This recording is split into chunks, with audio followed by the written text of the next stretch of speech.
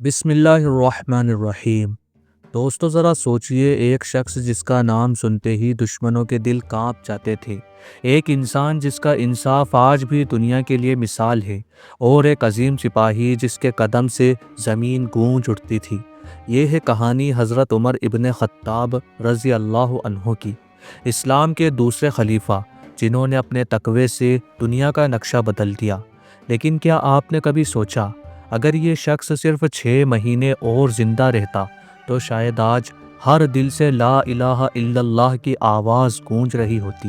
آئیے چلیے اس سفر پر، ایک ایسا سفر جو آپ کے دل کو چھو جائے گا، ایمان کو بلند کرے گا اور اسلام کی شان کو نئے رنگ میں پیش کرے گا۔ تیار ہیں آپ؟ تو سنیے ایک داستان جو صدیوں تک گونجتی رہے گی۔ واقعے کی شروعات ہوتی ہے مکہ کے اس دور سے جب شرک کا اندھیرا ہر طرف چھایا تھا۔ اس اندھیرے میں ایک شخص تھا، عمر ابن خطاب۔ سوچئے، ایک ایسا انسان جس کی قامت اتنی بلند تھی کہ لوگ اس کے سامنے جھک جاتے۔ اس کی آواز میں ایسی گرج تھی کہ دشمن خوف کھاتے، اور اس کا غصہ سبحان اللہ جیسے طوفان کا جھونکا۔ عمر رضی اللہ تعالی عنہ قریش کے بنو عدی خاندان کے طاقتور سردار تھے۔ ان کے والد خطاب ابن نفیل ایک سخت مزاج شخص تھے، اور عمر نے بھی وہی تند مزاجی سیکھی۔ وہ اپنے قبیلے کے الچی تھے، جن کی تقریر سن کر لوگ چپ ہو جاتے، لیکن یہ وہی عمر تھے جو اسلام کے سخت مخالف تھے۔ رسول اللہ صلی اللہ علیہ وسلم اور ان کے اصحاب کو تکلیف دینا ان کا مقصد تھا۔ کیا آپ یقین کریں گے کہ یہ وہی شخص ہے جو بعد میں اسلام کا علمدار بنا؟ اللہ کا نظام کتنا عجیب ہے، جو دل نفرت سے بھرا تھا اسی دل کو اللہ تعالیٰ نے اپنا نور بخش دیا۔ اب سنیے اس لمحے کا ذکر جب عمر رضی اللہ تعالیٰ عنہ کے دل میں ہدایت کا سورج چمکا۔ یہ 6 ہجری سے پہلے کا واقعہ ہے۔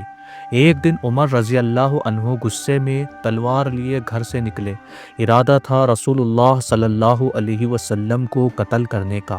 جی ہاں، اتنی تھی ان کی نفرت۔ لیکن راستے میں نعیم ابن عبداللہ رضی اللہ تعالی عنہ نے انہیں روک کر کہا، عمر، پہلے اپنے گھر دیکھو، تمہاری بہن فاطمہ اور اس کا شوہر سعید ابن زید اسلام لا چکے ہیں۔ یہ سن کر عمر کا غصہ اپنے گھر کی طرف مبتلا ہو گیا۔ وہ تیزی سے اپنی بہن کے گھر پہنچے۔ وہاں حضرت خباب رضی اللہ عنہ قرآن پڑھ رہے تھے۔ جیسے ہی عمر نے سورہ طٰہٰ کی آیت سنی، اننی انا اللہ لا الہ الا انا فاعبدنی، ان کا دل پگھل گیا۔ وہ غصے کا طوفان جو رسول اللہ صلی اللہ علیہ وسلم کو ختم کرنے چلا تھا، اب قرآن کے سامنے جھک گیا۔ عمر نے اپنی بہن سے قرآن مانگا، اسے پڑھنا شروع کیا، اور اللہ کے کلام نے ان کے دل کے تالے کھول دیے۔ وہ سیدھا در اکرم میں رسول اللہ صلی اللہ علیہ وسلم کے پاس پہنچے اور کہا، یا رسول اللہ، میں اسلام قبول کرتا ہوں۔ یہ سن کر رسول اللہ صلی اللہ علیہ وسلم نے دعا مانگی، اللہم اعز الاسلام بعمر ابن الخطاب۔ کیا آپ اس پل کی عظمت سمجھ سکتے ہیں؟ ایک دشمن جو اسلام کا گلا گھونٹنے چلا تھا، وہی اسلام کا سب سے بڑا سپاہی بن گیا۔ اس واقعے کے بعد مسلمانوں کا حوصلہ اتنا بلند ہوا کہ انہوں نے پہلی بار کعبے میں کھل کر نماز ادا کی۔ عمر رضی اللہ تعالی عنہ کا اسلام لانا نہ صرف ان کی زندگی کا موڑ تھا، بلکہ اسلام کے لیے ایک نئی صبح تھی۔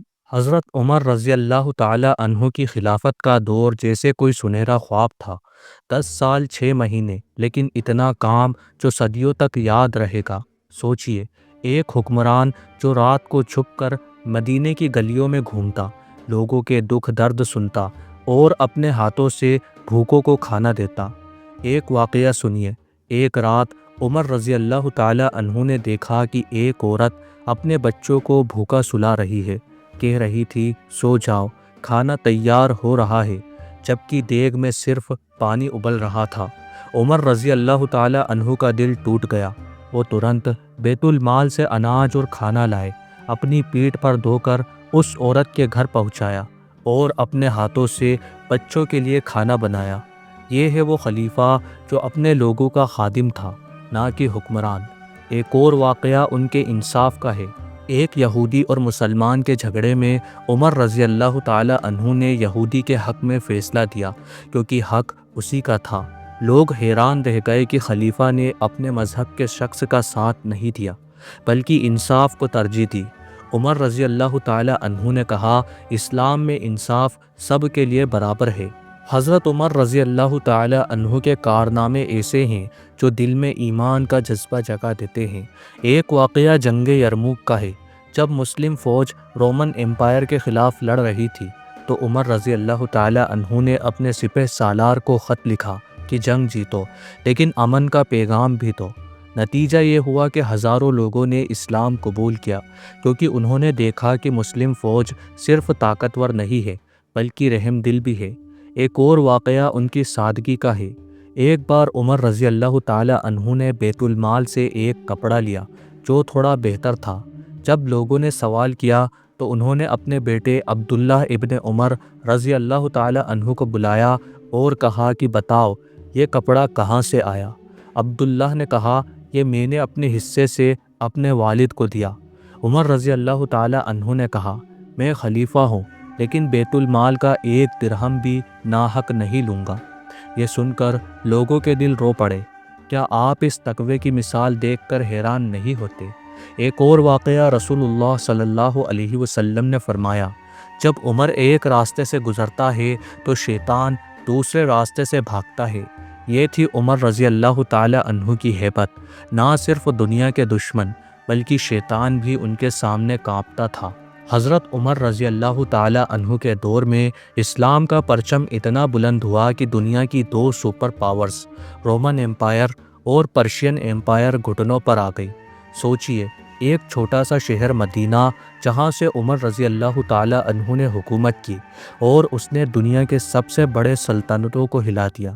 جنگ قادسیہ میں حضرت سعد ابن ابی وقاص رضی اللہ تعالی عنہ نے پرشین امپائر کے دروازے کھول دیے۔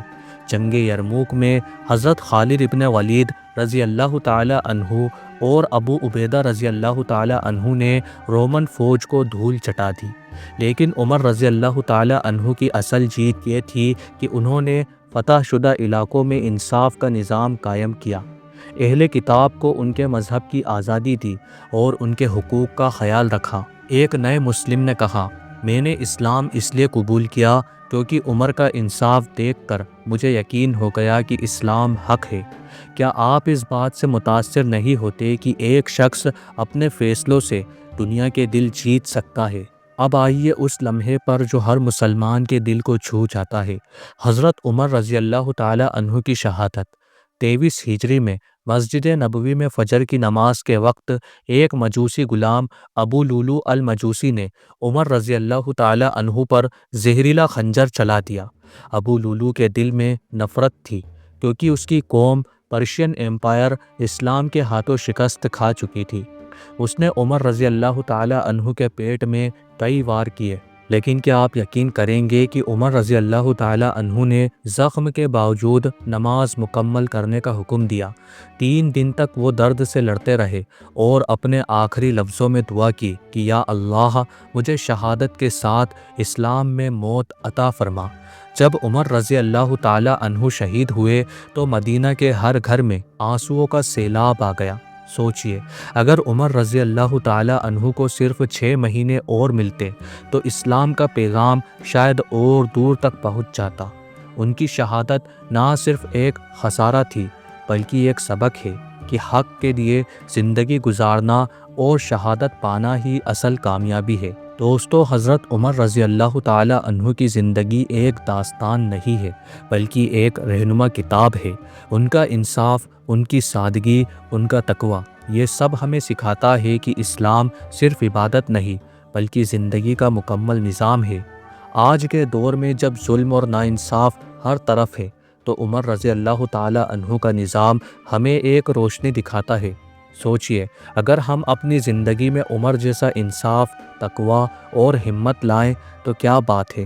ہر مسلم کے لیے یہ ایک چیلنج ہے کہ اپنے چھوٹے سے حصے میں، اپنے گھر، اپنے محلے، اپنے ملک میں عمر جیسا انصاف قائم کرے۔ کیا آپ اس چیلنج کے لیے تیار ہیں؟ میرے عزیز دوستو، حضرت عمر رضی اللہ تعالی عنہ کی یہ داستان سن کر آپ کے دل میں کیا جذبہ ابھرا؟